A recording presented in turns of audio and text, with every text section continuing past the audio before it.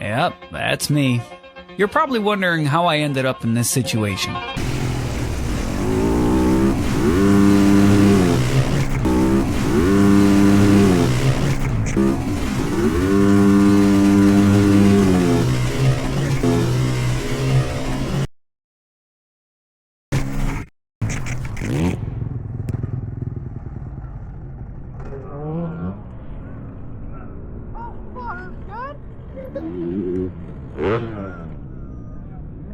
You alright?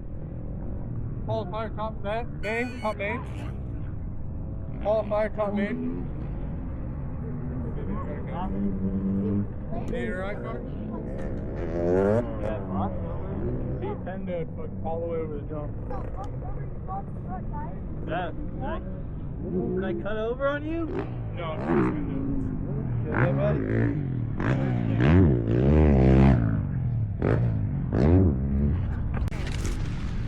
You okay? No, I'm worried. Fuck, bro. Dad? Dude, that one was fucking gnarly, bud. Oh. Alright? Nah. Down your cart? Fuck, you're a champ. What do you do? Over the bars, Endo. What hurts?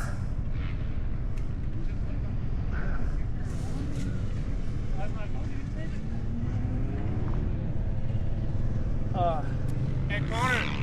At least you got the shot. Fuck.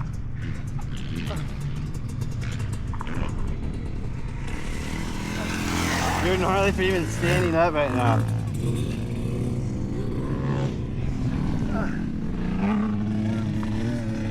I'm gonna get to my van. Yeah, I can go get it. Do you want to ride? Yeah. I can just pull it up right here. Yeah, we'll give a ride though. Yeah, you're gonna bump him around. It's gonna hurt. Let's just pull the van up. What hurts? Whoa. Hey, all right. Yeah, let's just sit down. Can we sit down? Hey, let's get you off the track, man.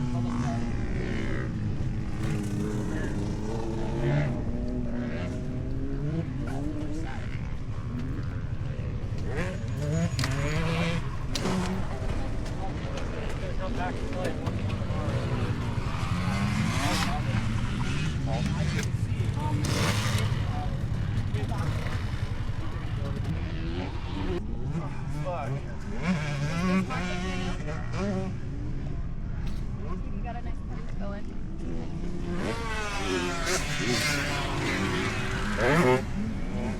You remember everything? Oh yeah. It wasn't my fault, was it? Okay.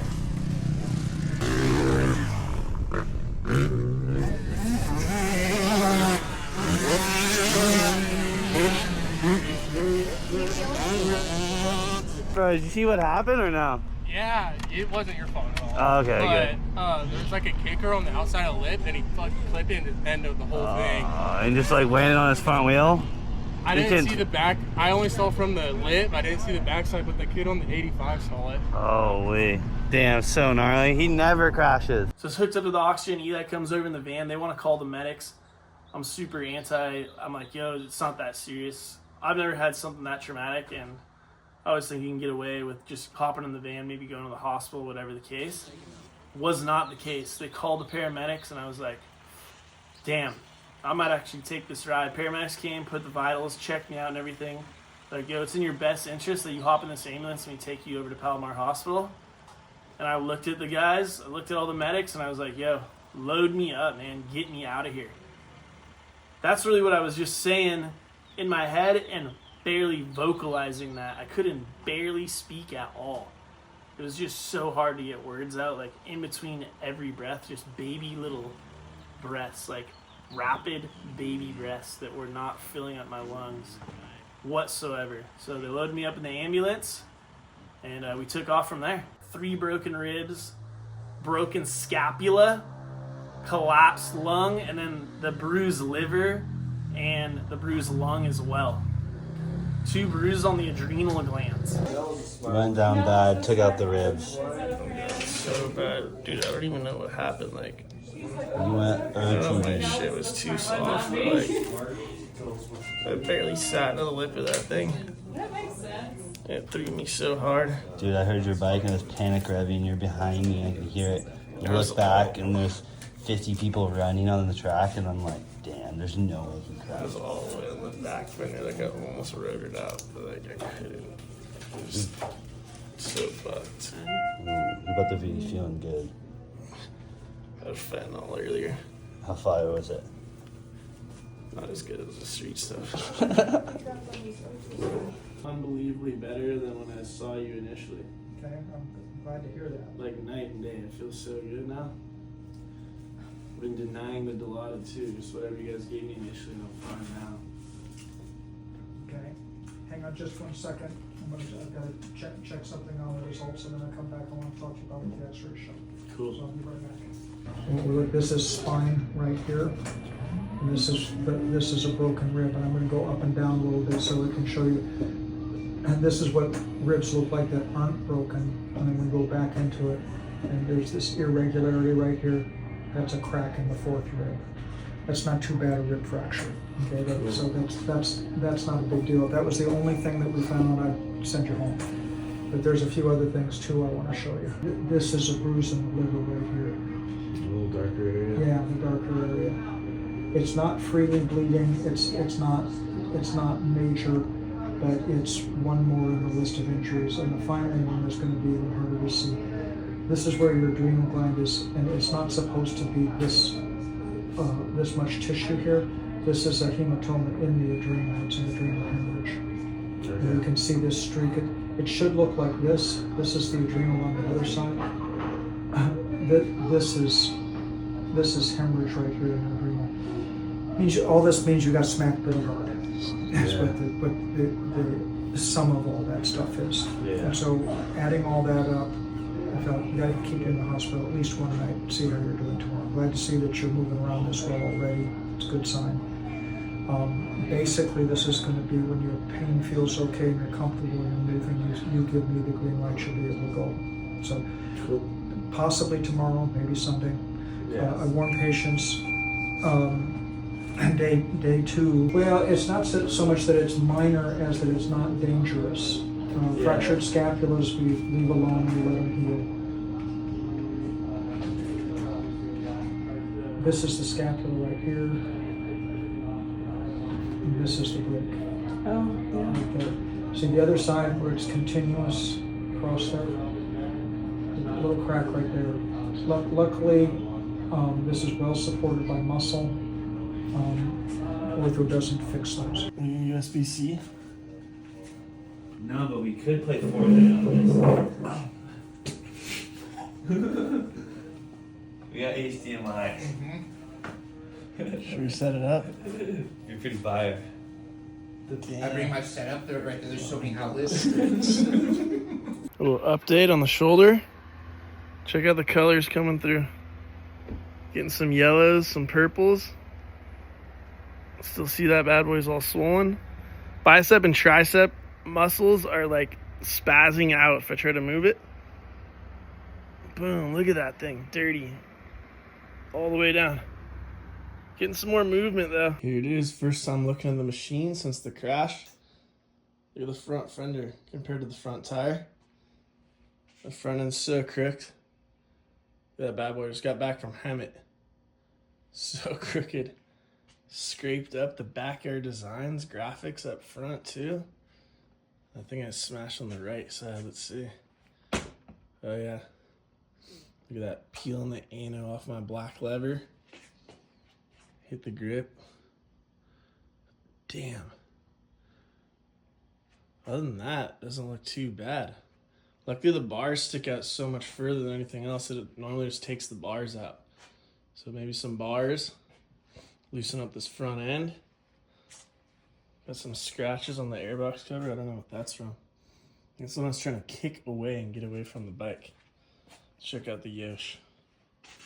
Little damage to the can. Is the carbon good? Oh, we got a little chip. I gotta hit a big E. Get some new carbon. I got stickers, but I might get a new can. I think it's not looking too hot right there. Graphics coming off the side. A little wear and tear, blew a bolt off. Could have been worse. It's not too bad. This is my little training machine right here. Shows like your lung capacity in the milliliters, up to 4,000. But the biggest thing is like you don't develop pneumonia from the collapsed lungs. So this thing looks like nothing, but it actually helps a lot. I'm ripping this thing for the past day or two, but I don't have too much capacity here. I'll show you what I'm capable of. Hey, no diddy. You gotta suck in this thing. You don't blow in it, you gotta suck it. Let's see what we can get.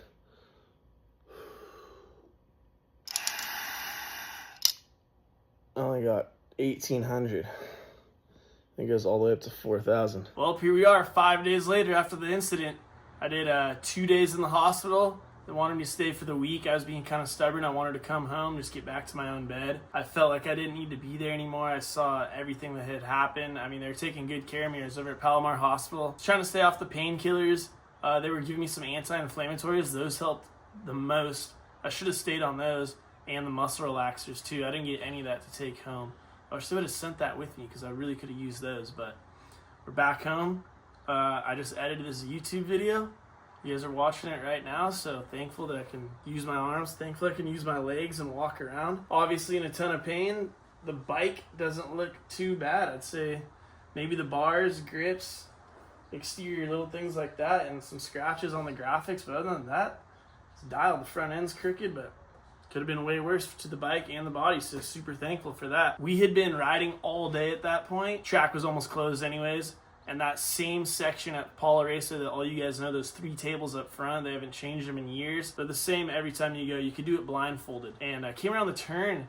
As soon as I hit the jump and took off, the bike went straight into an endo, like an unpredictable style endo that I'd never felt before. And immediately the bike rebounded when the shock came up, sent me into a front flip. And at first, I was super surprised. I'm like, damn, this thing's endoing at such a gnarly rate. I could crash. But I never crashed, and I know I'm going to save it. It's not a big deal.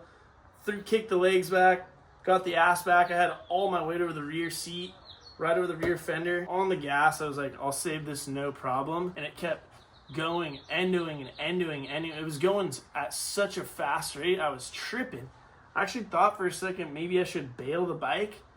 But normally, if you don't think the bike's going to tackle you in the back, at least use the suspension and hang on, and hopefully you'll ride it out. But it just kept dropping and dropping. The front end was dipping so hard. You can't tell from the Insta360 video that's on top of the helmet, just the way the angle is, but I'm almost doing half a front flip and just fork down like this, and I almost nose wheelie it out, and by the time the rear end hits, it just washes my front end away, smacked the deck, and I couldn't even believe it. I haven't even tipped over in 2 years, nonetheless taking a crash to this extent. Maybe I'm a safe rider. If you don't crash, you're not trying hard enough, but I never crash. I never get hurt, anything like that. Right when I hit, it was so traumatic, and I thought it was just gonna be a split second I was gonna pop up, and it went longer than I thought. It was only 2 seconds, but it felt like 2 minutes. Tried to get away from the bike, and I couldn't get my wind. Like, the wind was knocked out to an extent that I'd never felt before, and I got all these thoughts racing through my head. I'm tripping. I'm like, oh, I might have collapsed the lung. And I'm bending over at the knees, trying to get the arms above the head, just anything to get some air in, and nothing was working whatsoever. That's when the pain set in, and I was like, damn, I think something's actually wrong here. Initially, when I got up, I sat myself up, and I was looking around, and my eyes were just twitching back and forth like this. I could not keep them straight. I hit my head so hard. There's some bruising up under this beanie right here, but damn, I hit the front of my head so hard. I couldn't even see straight at all. I had no balance. Basically blurred vision. What I was seeing was so blurry and out of focus, and I didn't even know what was going on. I was like, yo, I need to lay back down. So I laid my head back down. I wasn't knocked out, but I think I decided to take a nap for about 5 seconds because I remember seeing white lights. And then I see Medium Boy over the top of me, and he's waking me up. I'm like, that was weird. Pop up. Don't know where I'm at. Don't know what happened. I'm looking all around, and I'm so confused. Took me about 5 or 10 seconds to gather my thoughts. and realize, oh shit, this just happened. Now I know where I'm at. Now I know I'm laid out on the ground right now. Finally got up to my feet. I was just telling Eli, yo, grab the van. It's time to bail. Let's get in the van and get out of here. So he rode over, got the van, brought it over to me. They sat me down on the Ranger. They actually hooked me up to oxygen, which was nice because I couldn't breathe at all. It didn't really help me that much either, and that's another time when I knew I was like, oh, something's for sure wrong. But all the medics, flaggers, everyone at Paula did an outstanding job. Got to thank them for keeping me safe, keeping the facility safe all the time like they always do. It's only about a 20-minute ride to Palomar Hospital, and I remember this is the longest 20 minutes I think I've ever been through in my life. And then there was a fire on the freeway, I guess. On the way to the hospital, and there's a tow truck that caught on fire. It's still smoking. Now we gotta go to the hospital and see how Connor's doing. And so they're going around on the shoulder and hitting the rumble strips. And in my scapula, you could feel the rumble strips. Felt like a whoop section. I could feel everything. Looking up at the lights, no morphine or anything. They said they just wait to the hospital. So basically just transportation. They're just looking over me, but wasn't hooked up to morphine, oxygen, anything in the ambulance. They're just transporting me, trying to get me there quicker. Good thing I did take it, because if Eli was driving me in the Sprinter, he would have had to legally go around or just wait in traffic. There's probably a ton of cops, so super thankful I ended up taking that. First time ever being rushed to the hospital in the ambulance. It's crazy. You pull up to the emergency room, they get you out on the gurney, and they wheel you right into the first room. It's like 10 seconds from the time you're in the ambulance to the time you're in the room, and you're just looking up, and there's 10 people over the top of you, and they're all working on every part of your body. And it's like a NASCAR pit stop, but for your body. And they're just doing such a good job, so thorough, so quick. X-rays, the CT scans, everything's going at such a rapid, fast rate. Meanwhile, you can't even think of anything other than just trying to get some air in. So I'm just like, damn, I want to get some air in. My mouth is all dry too. I'm doing all the CT scans, and I get a lat cramp from dehydration while I'm laid out on the backboard, and that hurts just as bad as the crash. So I'm all laid out on the table like, yo, I need some water. No, couldn't get any water because they were so worried about the collapsed lung. They were going to put a tube in, one of those breather tubes for the lung, and they're 50-50 if they want to do it or even have a surgery whatsoever. So they're like, yo, you can't, no water intake, nothing like that. So you're just going to have to gut it out. So I'm just laid out on the table. They're filling me up with all that dye and fluid and doing all the scans, x-rays, everything. They're super efficient. Put me straight into a room. As soon as they put me into the room, they asked me if I want some painkillers, and I told them I'm in the most pain ever. Never felt pain like this before. They're asking what I want. I've said I've never even really taken a painkiller, so whatever you think's best. Put me on fentanyl right away. Takes the edge off a bit, but doesn't fully take the pain away. And then they came back in and gave me some Dilaudid. That helped a little bit too, but you still know your injuries are there. I mean, you feel everything. It kind of just mentally gets you in a better place and just takes the edge off, where at least you can just bear with the pain while you're sitting there while they're getting everything squared away for you. So got on that instantly. Finally convinced them to give me some ice cubes. They put ice cubes in my mouth and just let them melt. I still got the collar on because they're worried about the spine. I told them I'd already stood up and walked around the track, so I think I'm okay. So I got the clearance to take the collar off, melting ice cubes in my mouth. So now I'm just waiting for the doctor to come in and see what's going on. Doctor comes in the room, super cool dude, down to earth, killer dude, stoked on him. He comes in, he's like, yo, listen, collapsed lung, we're not gonna end up putting the breather tube in, I think you're gonna be okay. And I agreed with that because it had been an hour and a half, I'd say, since I'd been there, since I seen the doctor, and I was able to get some air back in. The lung capacity felt like it was expanding a little bit, so I could get some air in. So I was like, all right, cool, no surgery. I was hyped about that. Anytime you can avoid any surgery is cool. It's like, what else, doc? What do we got? And shown all the scans, x-rays, everything. So I had 3 broken ribs, broken scapula, collapsed lung, and then the bruised liver and the bruised lung as well. 2 bruises on the adrenal glands. Doctor's saying nothing's too serious, but he was super concerned about the bruising to the liver and the collapsed lung. That was like his main thing. As far as the scapula and the broken ribs, I'm sure you guys have had that injury before yourself, but there's no surgery, there's no cast, there's nothing they can do for it. I mean, you're in constant pain, but there's so many muscle groups and everything around it. It's just keeping it locked in, and you're just hoping that thing's going to straighten out and that bone's going to connect again for you. So just sucks 'cause it's right in your core, so you feel everything, every little bump, every breath you take, every time you talk, you walk, every time you move, you do anything. I look okay right now, and I actually feel okay for like how bad it was. Like I said, this is day 5. Actually, you guys seeing this video, this would be day 7 for you guys, but those first couple days were rough. So they wanted me to stay overnight in the hospital. I was honestly down for that. It was already late at night. The beds were pretty fire. Put me upstairs in a bitchin' room. All my nurses were super cool. Shout out Jay if you're watching this, brother. And they came in every hour, so they give you the muscle relaxer and the anti-inflammatory, and that kept it pretty dialed. I actually didn't take any painkillers. I was like, hey, I don't want to be on these painkillers at all. Constipation or hooked on it or whatever the case. I don't want to be dependent on it. I'm just going to gut it out. So opted out of that, and then they would come and draw your blood as well. So doing blood work, hooked up, doing blood pressure, and then your oxygen level. That's what they were super worried about. So every hour that went by, all my vitals were like coming back closer to a normal standpoint. So I was like super stoked on that. Stayed the night, second day rolled around. They wanted me to stay for a few more days, and I was super adamant about getting out of there. I don't know why I wanted to. I just wanted to go home. I just knew all my injuries, knew everything I was going to have to deal with. I mean, I either lay there in the hospital with them and have nurses treat me 24/7, which is pretty chill, or I just come home, lay in my bed here. I think I want to get out of here. They advised against it heavily. Put my own clothes on, took my little gown off. I was still hooked up to everything, had the IV and the pick in. I was like, yo, I think I'm ready to go. So the doctor came in, signed all these papers. He's like, you sure you want to do this? And I was like, yeah, I'm positive, man. I'm already on my way to the healing and on the mend, so we'll get out of here. Get back home. Sucks because you're in so much pain, you just want to lay down. But then when you lay down, it's like a catch-22 because all the ribs are broken on this side and the scapula. So you're like laying on your injury. So you're in too much pain to stand up, but then you're laying on your injury, so you stay as still as a statue. As long as you're not moving at all, the pain's 0.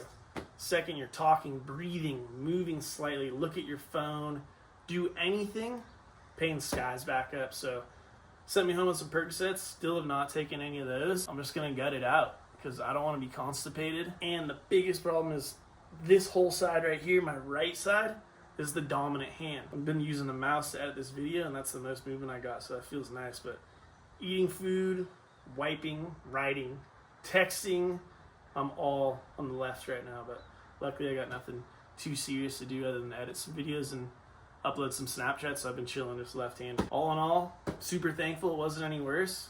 I'm healthy, I'm alive, I'm walking, I'm breathing, I'm talking to you guys, I'm still able to make videos and make content. So I'll probably be out for a month or 2, depending on what the doc says. Spike will be sitting on the stand, but Medium Boy will be carrying the torch. I'll be behind the camera, we'll still be shooting content, making sure you guys are stacked up and got stuff to watch. And I just appreciate all you guys for putting me in this opportunity to be able to do this, to make this a job and a living. I mean, started off doing this for fun. It's been 5 or 6 years now full-time of YouTube, and I would never turn around and do anything else. I don't regret it at all. Wouldn't be possible without you guys. You guys watch, comment, get involved, get engaged. This is why we do it. We do it for you guys. We enjoy doing it, and you make us want to continue to do this, follow along with the journey. So just updating you guys here. Really appreciate it. Maybe a couple people in the comments will say I'm a pussy and this injury's not that bad since I didn't have a surgery or anything.